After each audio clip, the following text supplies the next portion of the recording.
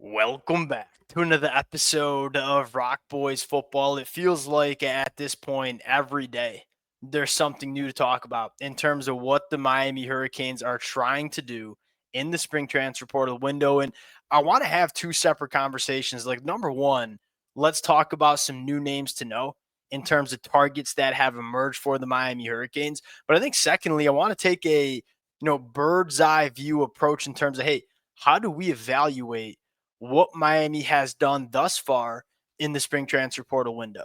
Now, I think it's probably got to start with, look, AJ Halsey, first team all conference safety from Houston. If Miami lands AJ Halsey, like that kind of changes the perception of this spring transfer portal window class. That is a very good football player at the biggest position of need for Miami immediately going into 2025. But there are some other positions that I think Miami Hurricane fans want to talk about. Most notably the wide receiver room. Did Miami do enough in the wide receiver room going into 2025? I got some takes. I know y'all got some takes because y'all been letting it fly in the comment section the last couple of days, and I'm on the message boards with y'all. Like, I see the Miami Hurricane fans, going back and forth. I think it's a fascinating conversation. Want to give some of my takes as well before we get into it. As always, number one, y'all let it fly in the comment section. I'm gonna give my overall transfer portal grade for Miami at some point during the episode.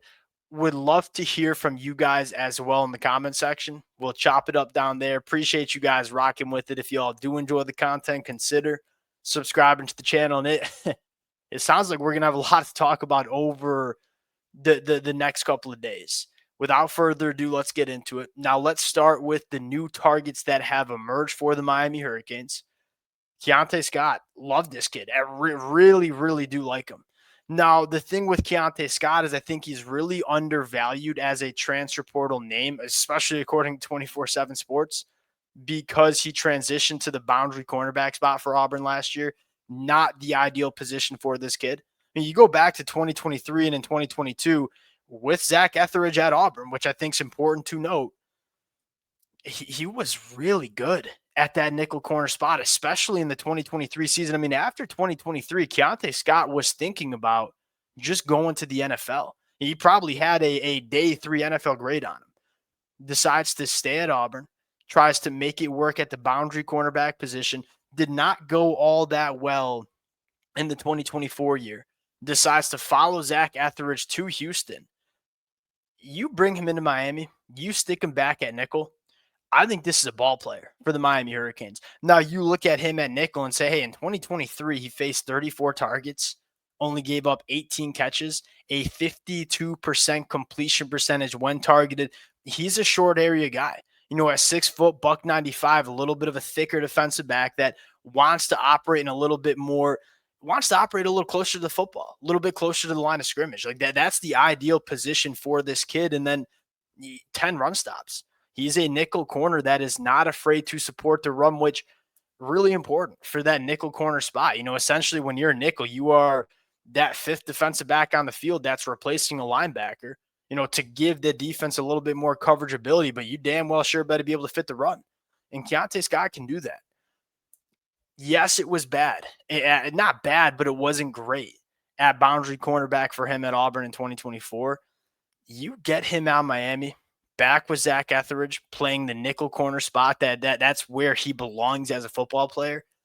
Man, I think that makes a lot of sense for Miami. Then you look at the depth chart and say, well, it sure does, because you look at what the cornerback room looks like. I think you feel really good with your boundary cornerbacks, right? OJ Frederick, Xavier Lucas, starting boundary cornerbacks. Charles Brantley, Ethan O'Connor, kind of your rotational depth pieces. Like that's a meaningfully better boundary cornerback room than Miami had last year. It's not even close. At the nickel cornerback spot, it's Damari Brown, and you're not really sure who else. You bring in Keonte Scott. I think he probably pushes to start for Miami in 2025, but at the very least, quality depth, quality competition. We have this conversation all the time. It's not just about your starting 11, especially on the defensive side of the football. If you're Miami, you want to win 10 plus games, you want to make a run in the college football playoffs, you got to be deep. Keonte Scott, he's going to provide value for Miami in 2025 and really potentially could start for this football team. think it makes a ton of sense. And him getting back with Zach Etheridge, where he's played his best football with, I think makes a lot of sense. Would love to see Miami go out and make that happen. Number 2, Jacobe Thomas at safety. To me, kind of a little bit of a backup plan. Like, look, he's scheduled to visit Miami tomorrow. If AJ Halsey pops today and commits to Miami, I wouldn't be surprised if Jacobe Thomas just cancels his visit. He's a guy that has 1 year of eligibility remaining. I don't think would start over either Zachariah Poyser or AJ Halsey. Now, again, Miami might still go grab him because I think Miami wants to bring in 2 safeties. I think for Jacobe Thomas's sake, I don't know if he'd want to come because I don't think he'd start.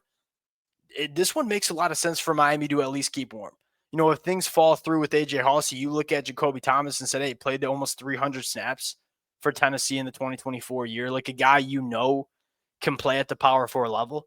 I think AJ Halsey is a significantly better safety prospect. This is certainly a guy that you trust to be on the football field. And I think Miami's just looking for safeties that we trust because outside of Zachariah Poyser, as it sits right now, not sure how many safeties Miami trusts. Markeith Williams had a good spring. Dylan Day is coming on. Neither of those guys are proven bona fide commodities going into the 2025 year. Now, let's evaluate how Miami's done in the portal to this point. And let's start on the offensive side of the football. I'm going to start.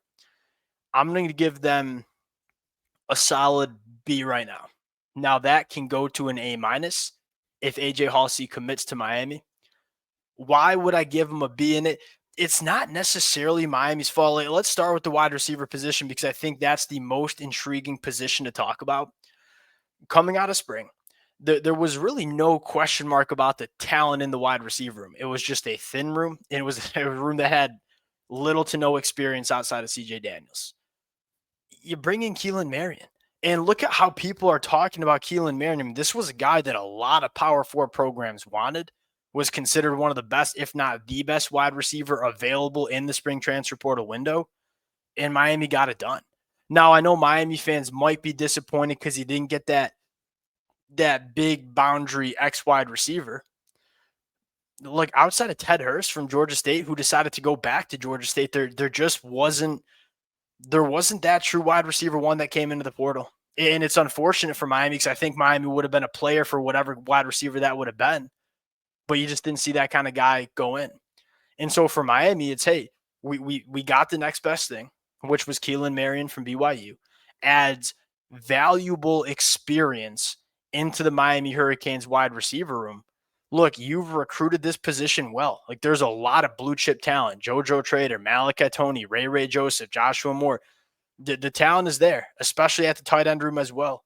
Now you got to have these guys ready to go out and play football. Because you didn't get your opportunity to grab a guy who's experienced, these young wide receivers are now going to have to step up. Now, the thing is, we know the talent is there. Now they got to go put it together. As much as I want to be critical for Miami or towards Miami for not maybe doing more in the wide receiver room, there just wasn't a ton of options available in the spring transfer portal window. Intriguing side note to make, Tramar Brown from North Dakota State, the running back, who I think would be a dynamite fit for Miami, like that true running back 3 that satisfies the depth for Miami in 2025, but I think really could be a good football player down the road for Miami. Late last night, it sounded like he was going to Cal, and we were expecting a commitment to Cal late last night. I'm just reading through the tea leaves. Y'all know I ain't no insider. What's delayed that commitment? Like this was largely considered a Miami-Cal race. And he didn't commit late last night to Cal when we kind of thought he was going to. Did Miami kind of maybe do a little bit extra pushing here for a guy like Tramar Brown, which I think would fire a lot of Miami Hurricane fans up? Like that's the ideal running back 3. Now it's tricky because you're trying to convince him to come in and be the running back 3 when he'd probably go start for Cal. But it's also like Miami versus Cal, and you feel like you have a little bit more to offer. Intriguing one to watch for Miami at the running back spot. Now, going to the defensive side of the football, here's probably the one reason I wouldn't bump it up to an A, even if they got AJ Halsey. Probably would have wished they grabbed one more interior defensive lineman. David Blade, Justin Scott, and Ahmad Moten, 3 names that we trust to be difference makers for Miami. We're not sure about Artavius Jones yet, but there's confidence. We're not sure about Dante Simpson as a true freshman, but he had a very good spring.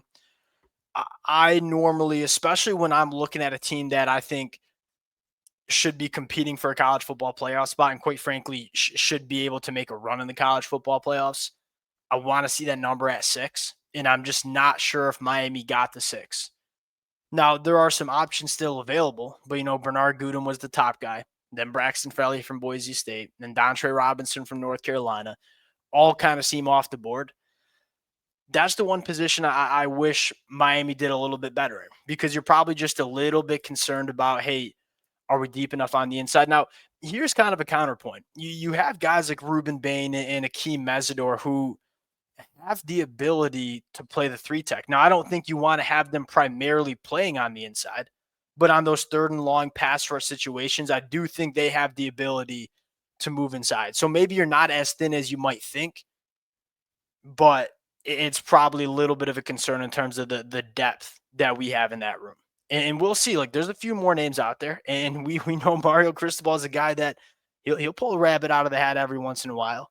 So we'll see if they go try to grab a body there. That's probably the one thing I think Miami really missed on. Off-ball backer, Kamal Bonner, like really intriguing addition. Like the thing I love about Kamal Bonner is he showed you on 2024, like on the film, that he can be a starting caliber linebacker at the power forward level.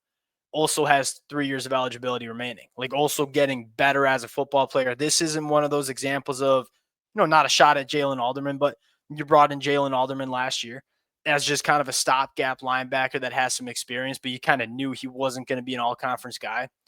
Like Kamal Bonner has the chance to be that guy. So he's a young guy that's getting better, but also has the proven experience and starting caliber, like film.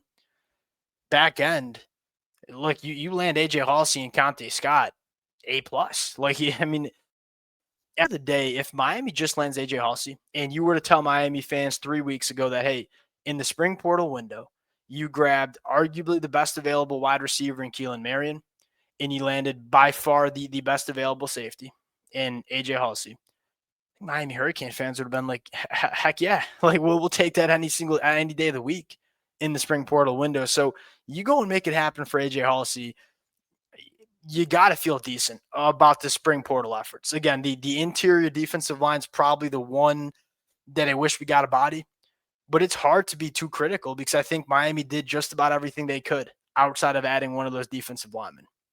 We'll close it there. Hey, Miami fans, y'all let it fly in the comment section because I know there's a lot of conversation about the wide receiver room. And look, my take is not that like there's concern, like because it's a young room, right? That's you never want to go into a season with like half your 2 deep being guys who are freshmen or redshirt freshmen. That's kind of where Miami might sit. But I think they did what they could with a guy like Keelan Marion. We'll pause it there. Would love to hear from you guys in the comment section. Like, whether you agree with me, whether you disagree and think I'm an idiot, like let it fly. That's the beauty of talking ball in April. Appreciate you guys, and we'll talk to y'all later. Peace.